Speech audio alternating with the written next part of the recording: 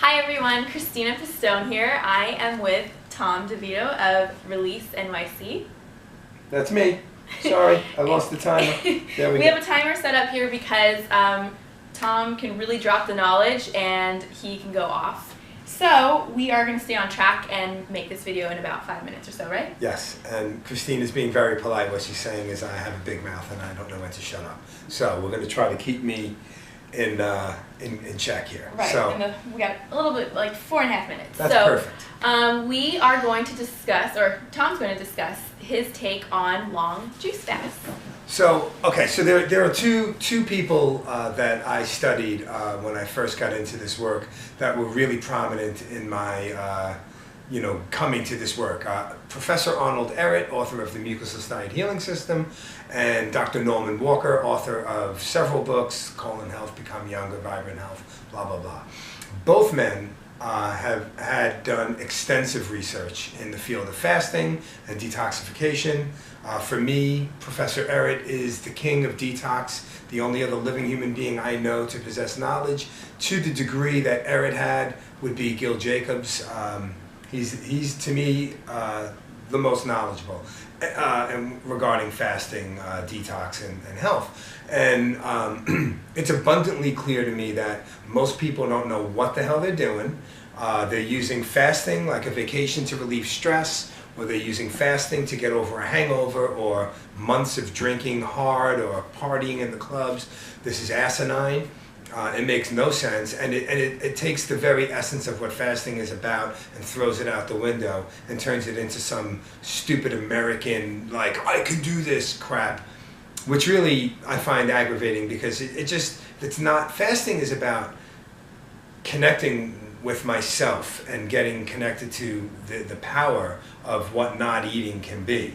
And amazing, miraculous healing can take place in short periods of time. And the people who've done all this research, like Ehret, like Walker, like Gil Jacobs, know that lengthy fasts can be very dangerous. Now, Norman Walker had an opinion that the longer we fast, the body starts to consume itself. I totally disagree with that. I don't believe that that's the case, but what I do believe is that the body can get into a sort of avalanche of ketosis. And if the bowels aren't being managed properly, the body will just disintegrate, turn into very, very unhealthy state and be, overtly thin.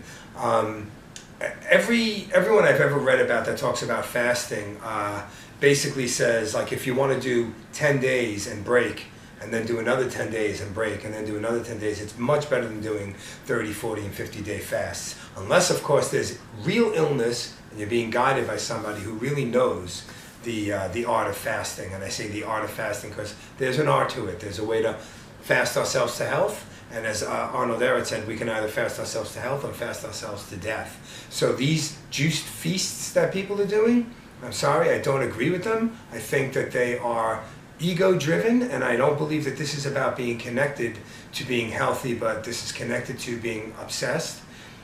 This borderlines on a bulimia for me, and I did not get into this work for that, and I healed myself of 2 illnesses. I live illness-free. I weigh less than I did in high school, graduated high school in '80, so it's many years since I graduated, and I still weigh less than I did by a substantial amount of weight, and I'm able to live illness-free without 90-day fast. Now, if I had something that didn't cure in a 20-day fast, I'd do a 30 or a 40 or a 50 and so on. But that's only if I was dying.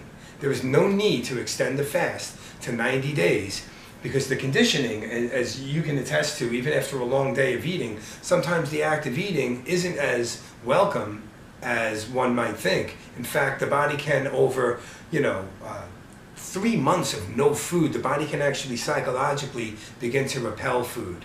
And people can start to get reactions at even the thought of eating. And eating something as perfect as a pure organic apple feels wrong to people who go too far with the fasting. So if you can't accomplish it in 10 days, then fasting might not be for you unless you can get someone who really understands this. But my advice is 5, 7, 10-day fasts, take a break, a couple of days, go back to the fast. Or do a 20-day if you must do a lengthy fast. But if you're doing anything over a 7-day fast, more than a couple of colonics, need to be incorporated. In fact, I'm out of time.